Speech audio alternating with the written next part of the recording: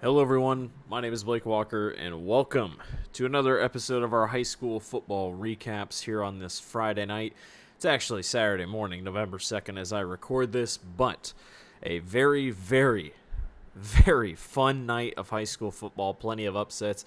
It was the first round of the postseason for Class 5A, 4A, and 3A, and the second round of the postseason for 2A through 8 player. I'll go through all the games and go through all the games that will happen next week. So let's get right on it. In Class 5A, Ankeny Centennial defeats Iowa City High 52-28. That game kicked off at 5:30 because Ankeny played after. We'll get to Ankeny's score in a second. The Jags, Braden Jackson runs for 6 touchdowns. Great game by the Centennial Jaguars. They defeat Iowa City High. Bettendorf gets upset by Iowa City West. The Trojans go on the road and win 21-16.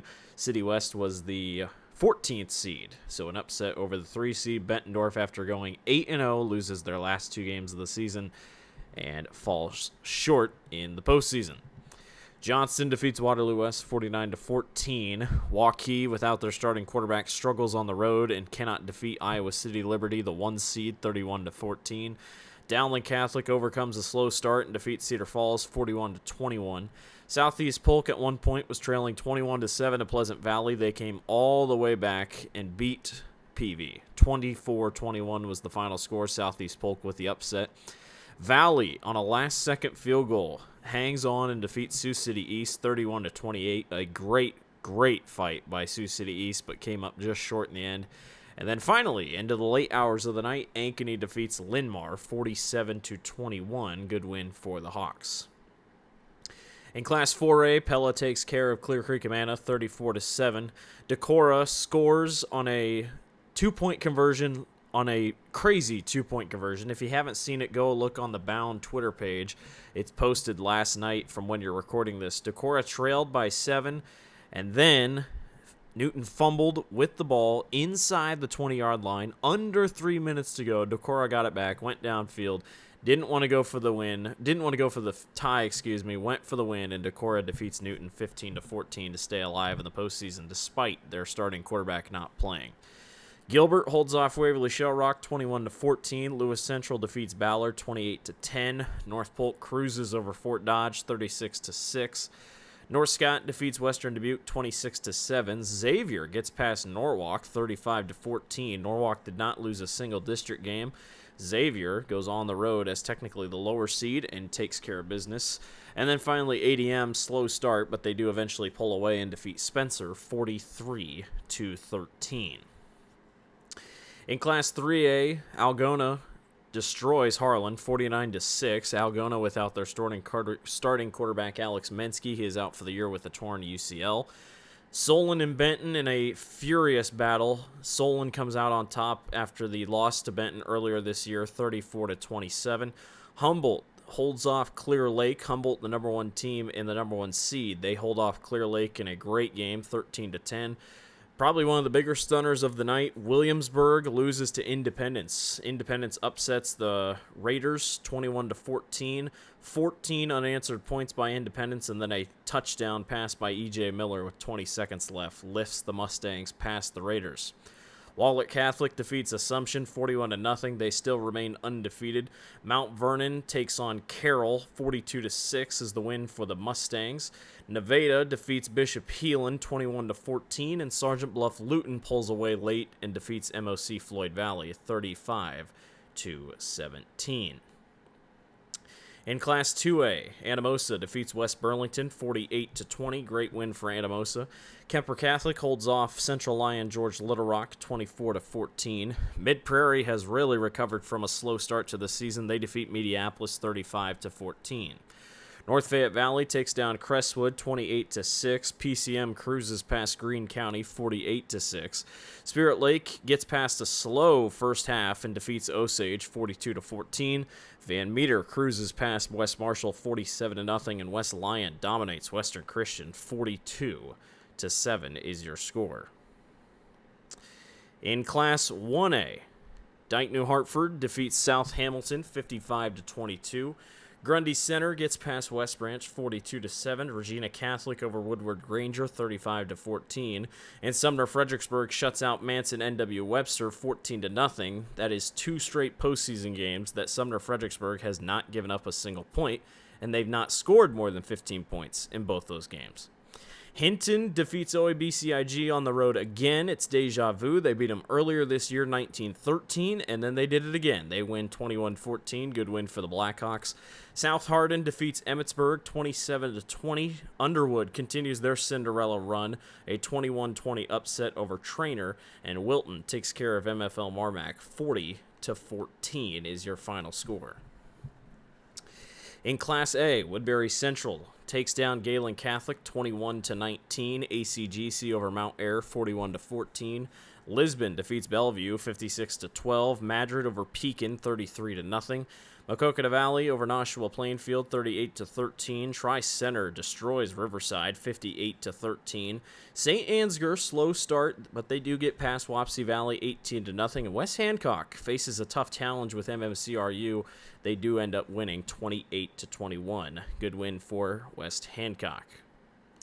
And finally, in 8-player, Audubon upsets Woodbine and stays undefeated. 42-18 win for the Wheelers. Bishop Garrigan past Riceville 47-12. Edgewood Colesburg gets past Janesville 70-48. Don Bosco defeats Waco 48-7. Gladbrook Rhinebeck over Iowa Valley 57-32. Lennox defeats Arweeva 41-6.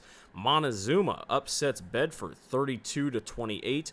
And Remsen St. Mary's defeats Cam 42-6. Let's take a look what your playoff quarterfinals will look like. 1 game away from the Dome. Whoever wins these next matchups is headed off to the Unidome, and that's where everybody wants to be. Let's take a look at your playoff games. In Class 5A, pod number 1, Iowa City Liberty will take on Ankeny. These two teams faced earlier this season. Liberty came out on top. We'll see if the Hawks can take care of business and go on the road to try to defeat Iowa City Liberty. In pod number 2, Dowling Catholic will take on Ankeny Centennial. These two teams played earlier this year. You guessed it, Ankeny Centennial led by 21 points, and Dowling came all the way back and won in overtime. That is going to be an unbelievable rematch. In pod number 3, the 14 seed and the 11 seed won, so 11th seeded Southeast Polk gets to host Iowa City West. Southeast Polk obviously rallied to defeat Pleasant Valley. They are the 3-time defending state champions, nowhere near the team they've been in the last couple of years, but don't tell that to Coach Zelenovich and his team. They are wanting to go back to the Dome to at least have a shot to go for 4 straight titles. Iowa City West, on the other hand, led by Jack Wallace and Mason Woods. In the quarterback-receiver combo, Mason Woods is the son of LeVar Woods, Iowa's special teams coach. Keep an eye out for Iowa City West. And then finally in pod number 4, you guessed it, another rematch, Johnston and Valley. Valley won the first matchup between these two teams earlier this season, but these two teams are much different than the teams they were earlier this year. Those are your 5A quarterfinal games. In Class 4A, pod number 1, a rematch of last year's quarterfinal matchup. North Polk will take on Cedar Rapids Xavier. Xavier lost that game last year. North Polk went to the Dome. Xavier seems to be the most hit-or-miss team this year. They are so young. Their leading tackler, rusher, passer, and receiver, all underclassmen. That is how good Xavier has been this year, and don't count out Coach Schulte, but North Polk, top team in the state, haven't lost a game yet. Nathan Feldman and BJ Tate are a tough force to reckon with. North Polk will be a tough out for Xavier. In pod number 2, Decorah will take on North Scott. Decorah is winning games but not scoring many points as of late. We'll see if the Vikings can take care of business here. North Scott has been a very tricky team. They won the state championship in 3A just a couple years ago. North Scott will be a tough out for Decorah, especially without their starting quarterback.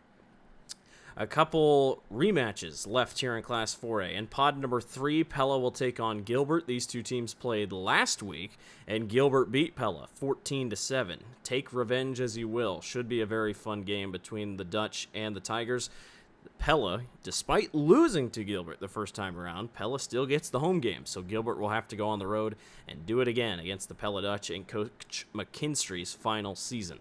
And finally, in Pod 4, Lewis Central will take on ADM. These two teams played earlier this year, and Lewis Central barely squeaked out a win. This is going to be a good one. ADM is a high-scoring offense. Lewis Central hasn't been great by any means in the last couple weeks. Class 4A is going to be a blast to figure out who goes to the Dome. In Class 3A, Humboldt will take on Solon. Good win for the Spartans over Benton. Humboldt took care of Clear Lake. Humboldt is winning games. They don't score a ton of points, but Cohen Matson, their quarterback, is very talented.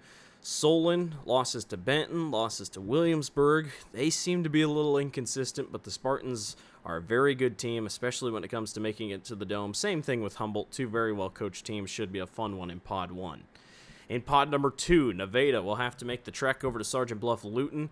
SBL, the Warriors, have not lost a game this season. They have really taken care of business. Nevada, a couple turnovers this season, can have mistakes at times, but of all the Nevada teams that have been so close to the Dome in the last couple of years, this is probably the least talented, but in some ways have one of the best opportunities. It's just, you got to make a little drive to go to Sergeant Bluff-Luton. Keep an eye out for that one. In Pod number 3, Wahlert Catholic takes on Independence. I believe these two teams might have played this year earlier. Don't quote me on it. Independence obviously coming off the big upset win over Williamsburg. We'll see how they handle that. And then Wahlert Catholic hasn't lost a game this year. Their schedule hasn't been the most difficult by any means, and they probably played the easiest first-round opponent out of anyone. Assumption was 4-5 coming in. But watch out. This could be a very fun game in Pod 3. And then finally in Pod number 4, Algona will take on Mount Vernon. These two offenses, this is going to be a show. These are two of the better offenses in the state of Iowa. Not a great drive by any means for either program, but should be a fun one between Algona and Mount Vernon and a chance to go to the Dome. I just lost my tab here, so I'm going to have to go back here. All right, Class 2A, our quarterfinals will look like this. In Pod number 1, West Lyon will take on Kemper Catholic. West Lyon is an unbelievable team this year. They are currently outscoring opponents either, I think it was 400 to 40 this year was total. So West Lyon does not let teams score, and they score a lot. They are a very, very difficult team. They face a Kemper Catholic team that is very talented, led by Brock Batting at the quarterback position. A lot of talented receivers. Keep an eye out for Kemper Catholic in this one, but they're going to have to score points. In Pod number 2, PCM took care of Greene County. They take on Mid-Prairie, who at one point was under 500 this year. The Hawks have fought their way back. PCM has not lost a game. Adrian Robbins is one of the top running backs in the state. They're one of the biggest teams up front, especially for a 2A. They compare in size to some 5A schools in terms of how big they are up front. Should be a fun one between PCM and Mid-Prairie. Spirit Lake and North Fayette Valley face off in Pod number 3. Great season for North Fayette Valley. Have really been under the radar. They take on a Spirit Lake team that was oh so close last year at the Dome. They are a high-flying offense. They've been starting games pretty late in terms of they take a while to get going in terms of their offense, but should be a good one between Spirit Lake and North Fayette Valley. And finally, Van Meter takes on Anamosa. Anamosa, kind of a new spot for these guys. We really haven't seen them in this position, but they've taken care of business. They've only lost one game this year. They're winning postseason games handily, but they face a Van Meter team who is currently on a dynasty run of 3 straight championships. This might be the least talented Van Meter roster we've seen out of the last 3 years, but I don't think it matters. They're still poised to make a great run at the Dome, and Anamosa stands in their way. Should be a fun game there. In Class 1A, your playoffs will look like this in the quarterfinals. Grundy Center will take on Sumner Fredericksburg. Obviously, like I said, Sumner Fredericksburg has given up 0 points in their first 2 playoff games this season. Grundy Center, on the other hand, despite losing everyone last season, is still back and still just as good, if not better. Grundy Center has just dominated every single team they've played this year. They are the number 1 seed. Sumner Fredericksburg will have a tough task ahead of them. In Pod number 2, Dike New Hartford will take on South Hardin. South Hardin's kind of been a really fun story this year. They've kind of come out of the woodwork. Their only loss is to Grundy Center. They've been a very fun team to watch. But Dike New Hartford, their only loss is to Grundy Center, and it wasn't by much. They're on a collision course to face the Spartans at the Dome. South Hardin stands in the way of the Wolverines. In Pod number 3, Hinton has also been one of the cool stories of this season. The Blackhawks have been a surprise team for some. They take on an Underwood team who, coming into the season, a lot of people had as heavy favorites. I mean, their quarterback was very talented. He returned. They returned a lot from a team that has gone to the Dome in recent years. And then the regular season happened. They kept losing games, but it seems like they're finally starting to put things together. Underwood takes on Hinton. No matter who wins that game will be a pretty cool story. And then finally in Pod 4, Regina takes on Wilton. That is a rematch from a couple weeks ago when Regina beat Wilton. We'll see if the Regals can do it again. In Class A, your quarterfinals will look like this. West Hancock will take on Woodbury Central. Woodbury Central, another team, very used to going to the Dome in recent years. In some cases, I'd say West Hancock is the heavy favorite, considering how good they've been and, former state champion, defending state champion, I should say, but struggled a little bit over MMCRU. This could be a good one and a tricky one in Pod 1.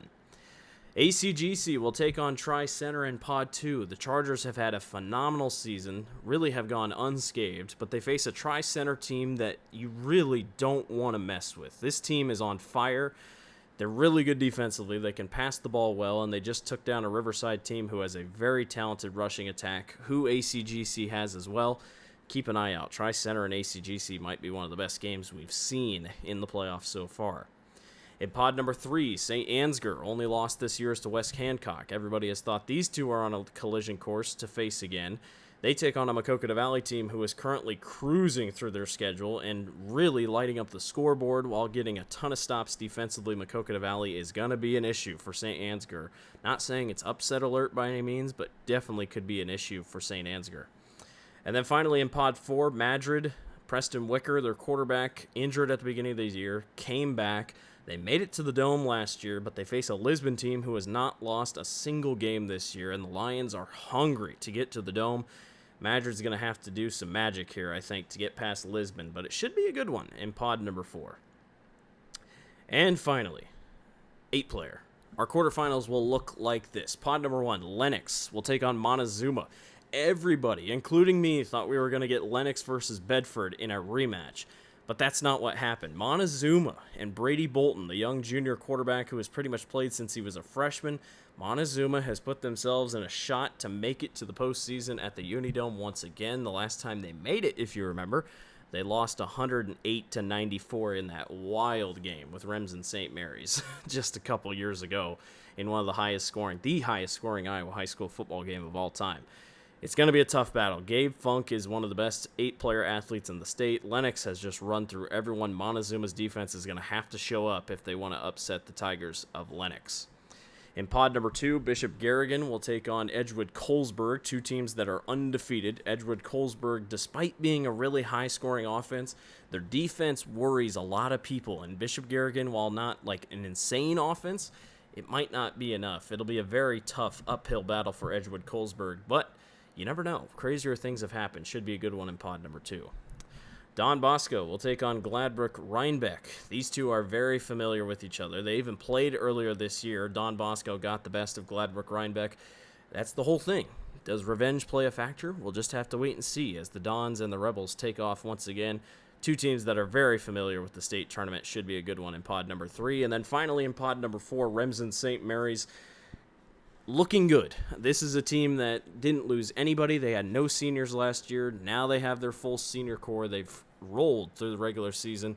And you got to think, Remsen St. Mary's is a very small school, and they still are able to put up these type of numbers. They could take on an Audubon team who has really gotten hot at the right time.